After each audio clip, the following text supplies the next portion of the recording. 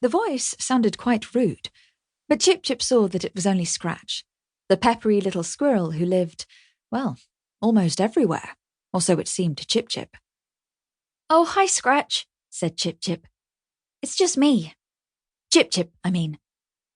"Wash your ears and get to bed," said Scratch. "I did wash my ears," said Chip-Chip, "and I tried going to bed, but I can't get to sleep." The squirrel scampered down the tree trunk and sniffed at Chip-Chip. "You should be asleep," she said. Chip-Chip tried again. "I can't sleep, Scratch," he said. "Look at the nest." Scratch twitched her nose and sat back on her haunches. "That's a lot of duvet for a small nest," she said. "That's not a duvet," said Chip-Chip. "That's my mummy and all my brothers and sisters snuggled together." "Ah, I see. I see. Yes," said Scratch. "Try counting. I count lots of things. Add them up, count some more. Try counting. You can count squirrels." "That's a good idea, Scratch," said Chip-Chip. Scratch?" But Scratch had heard a noise in another tree, and she ran after it. "1," said Chip-Chip. "1 squirrel." When no other squirrels appeared for Chip-Chip to count, he gave up. "Counting to 1 won't get me to sleep," he said. "Try counting to 758,622, said a voice. 758,623, said another voice. "You always forget about me." Chip-Chip wondered who on earth was talking. It sounded as though all 758,623 of them were talking at once.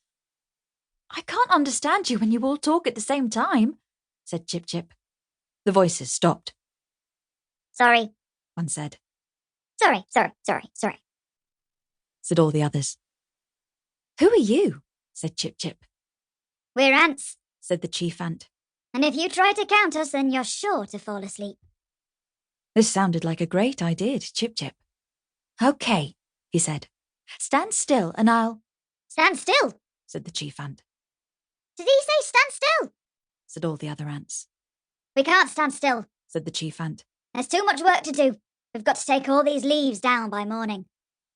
"All the leaves," agreed the other ants. Poor Chip-Chip. He settled back into the nest as best he could and managed to doze a little, but before long all his brothers and sisters were up, chirping the dawn chorus. Chip-Chip didn't join in. He felt grumpy after such a poor night's sleep. "I'll go and fetch some breakfast," said Mummy. "You'll feel better after that." "What's the matter with you?" asked Chirples, who had a beautiful voice and always sang the loudest. "Cat got your tongue?" The others laughed, and Chip-Chip slunk down into a corner of the nest, feeling even more tired and a lot grumpier. It was Whistle who found him later and put a wing round him. "Are you okay, little brother?" "No," said Chip-Chip. "I got hardly any sleep last night because you lot all get in first and there was no room in the nest. It didn't used to be like this. We all fitted in nice and snugly not long ago." Whistle patted Chip-Chip's shoulder. "I understand," he said.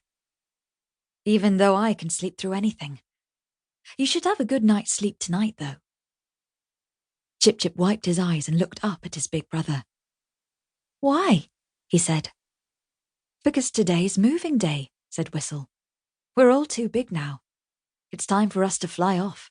That means you'll get the entire nest to yourself tonight. Won't that be wonderful?"